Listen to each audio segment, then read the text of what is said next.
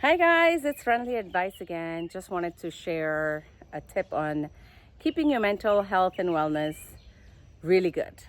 And let's get started. Growing your own vegetables at home, if you have the space, is a very good thing for your health and wellness.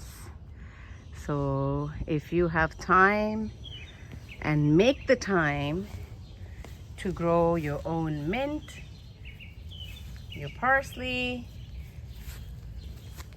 your basil, your lettuce. Lettuce is very easy to grow, and your tomatoes.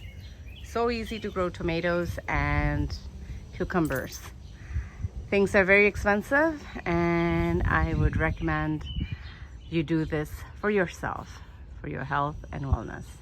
So thank you for watching, and please do subscribe and share this video with your friends who you care about and your family who you love. For keeping their health and wellness, make sure you grow your own vegetables in the garden.